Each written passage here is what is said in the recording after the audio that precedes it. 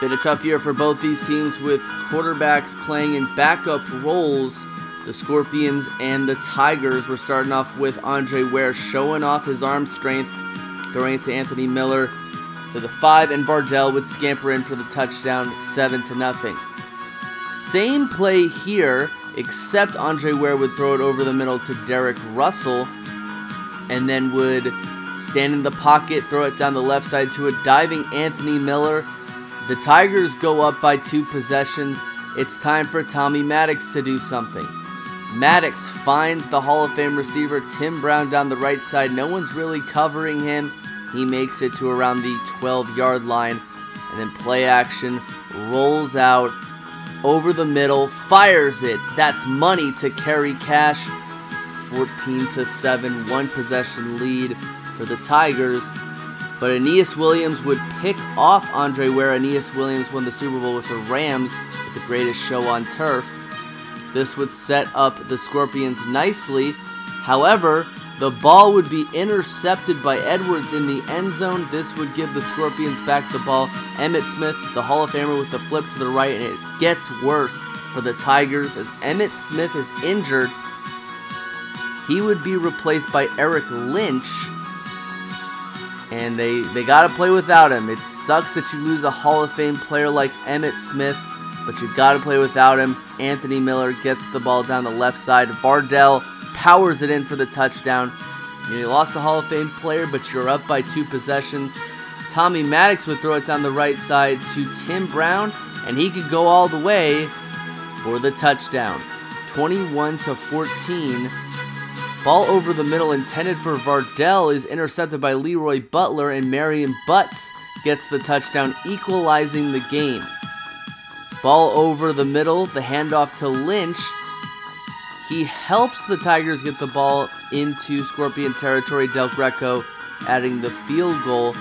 But Vardell would power it up the middle again on the next drive. He would also be injured, and he would be replaced by Herman Fontenot. Gets worse for the Tigers as their punter gets tackled. Turnover on downs, and this with the equalizer by Morton Anderson. Handoff to Lynch. He powers down the right side, but the ball's on the ground. It's a fumble. Recovered by Dwayne Harper. And the go-ahead touchdown to Keith Jones. He's in the end zone. Scorpions win 31-24. Both teams are 5-9 and hanging by a thread for the playoffs. The Rebels are still without Jim Kelly. This was one of the better games of the season in the BTFL Season 2. The action started out immediately, especially with the turnover. Sam Grady would return this kick, but the ball's on the ground immediately. It's recovered by Tim McKyer, and John Fourcade as the backup quarterback in this backup quarterback bowl would find the best receiver on the team, Andre Reed. Second touchdown of the season for Fourcade. Then we have another special teams play as Dykes would be set to return this punt. Ball bounces in front of him. He coughs the ball up as well. It's on the ground, and Jerry Fontenot, he's rumbling, bumbling, stumbling into the end zone. 7-all. Game stalls out. Punt for the Rebels, but the punter can't get the ball off. It's a safety. And Schrader and the Denver Buffaloes take over. Eric, my favorite, Martin, gets the touchdown. It is 16-7. That's a 9-point game, and Thurman Thomas, he knows that a lot is at stake. They don't have their Hall of Fame quarterback, so he knows he can't have a repeat performance of the last game with 3 fumbles. Chris Jackie would add a field goal to make this lead only 6 points for the Denver Buffaloes. More running for Thurman Thomas, who knows what's at stake. And John Fourcade does as well as he finds Sean Dawkins down the left side to around the 2. And Thurman Thomas spells him for the touchdown. 1-point game. And Willie Davis dives for the catch because Denver, they also have a long shot of getting into the playoffs. But what Lloyd Christmas always says, there's always a chance, as Christian Okoye, the Nigerian Nightmare, helps them get into field goal range, and Fuad Reveiz makes the field goal. Andre Reed over the middle, unstoppable on that slant pattern or that post route, and he does it again, which gets Chris Jackie in on the action. 1-point game after that field goal. Schrader in the second half would find a diving Willie Davis, who was masterful last week. He got like 3 or 4 touchdowns, setting the Denver Buffaloes up on third down. Eric Martin wide open in the end zone, but Fuad Reveiz misses the extra point. You can't do that. Now you're only up by 5. John Fourcade finds Sean Dawkins. He wasn't wide open on that play. He was triple covered. And Andre Reed was not triple covered on that play. They forgot all about him. This would lead to a Chris Jackie made field goal. Schrader looks like he's going to get sacked here, but he gets the ball off to Willie Davis, who's wide open down the left side. And he would get tackled at the 2, and the Nigerian Nightmare Christian Okoye would find the end zone. Fourcade at midfield around, throws it to Sean Dawkins. They're down by 9 points, so they need 2 possessions, and Sean Dawkins gets the touchdown. Still a 2-point game.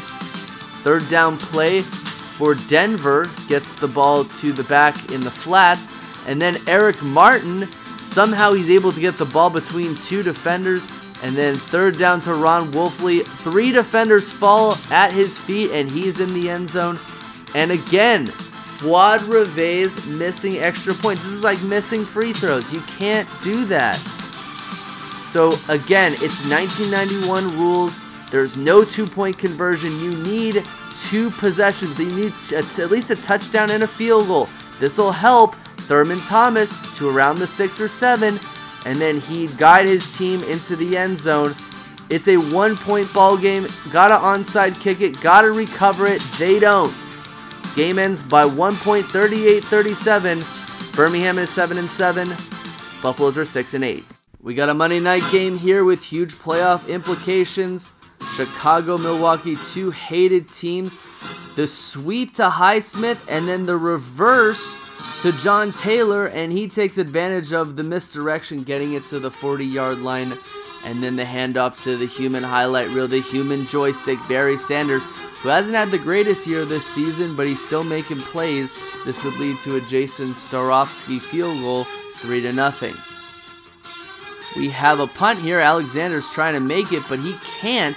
Score is 5-0 as a baseball score, but Dan Marino is trying to remedy this by throwing it down the left side to Todd Kinchin, who replaced Mark Ingram inside the red zone. Drive stalls out, and Jeff Jagermeister adds a field goal. 5-3. Ball goes over the middle to Art Monk, and he's painting a picture close to the red zone. Receivers open, and Jim McMahon delivers it to John Taylor a little bit later. 12-3.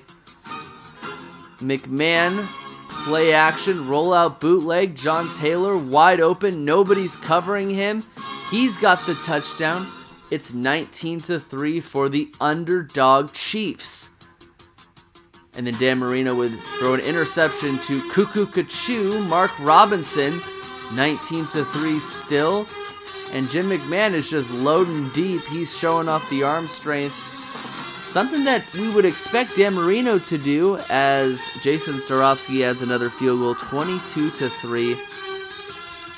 Dan Marino's a Hall of Famer, and we know he could come back, throwing the ball down the right side to Gaston Green. And then with pressure in his face, throws it over the middle to his security blanket, Bill Brooks.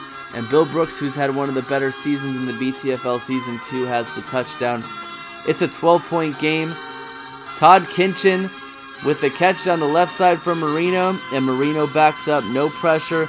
Checks it down to Gaston Green, and Gaston Green shows the skills.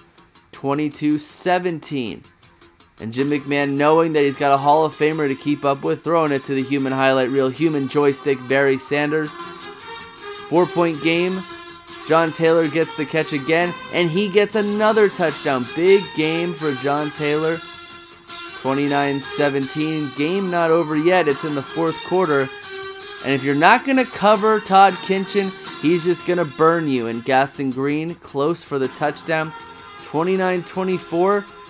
Warriors coming back, and Kinchin, he's diving for the touchdown. It's 31-29, 4th and 10, 32 seconds left. Tick, tick, tick, tick, tick. McMahon to Barry Sanders, the human highlight reel, human joystick. Tick, tick, tick, tick, tick. Why aren't you kicking a field goal, or at least trying? And Jim McMahon doesn't even throw it into the end zone as Monk is tackled. Ending score is 31-29. Chicago is eliminated, and Warriors are 8-6. Here are the conference standings for the Warthog Conference. As you can see, there are 2 divisions that were doing very well, 1 division that wasn't doing very well themselves. It's very interesting because if Milwaukee doesn't win another game, Buffalo could jump them. Washington at 6-8, it's very interesting because if Indianapolis doesn't win any of their games, Washington could potentially jump them depending on the points. Points count here in Tecmo. And now to the Bobcat Conference. Much more even were the divisions. 10-4, 10-4, 9-5 are the division leaders. Wild card, either good or relatively mediocre. It gets interesting when we get to the 5-9 teams, because there's a potential that if Birmingham doesn't win any more of their games, these 5-9 teams could potentially jump them in the Wildcat Conference.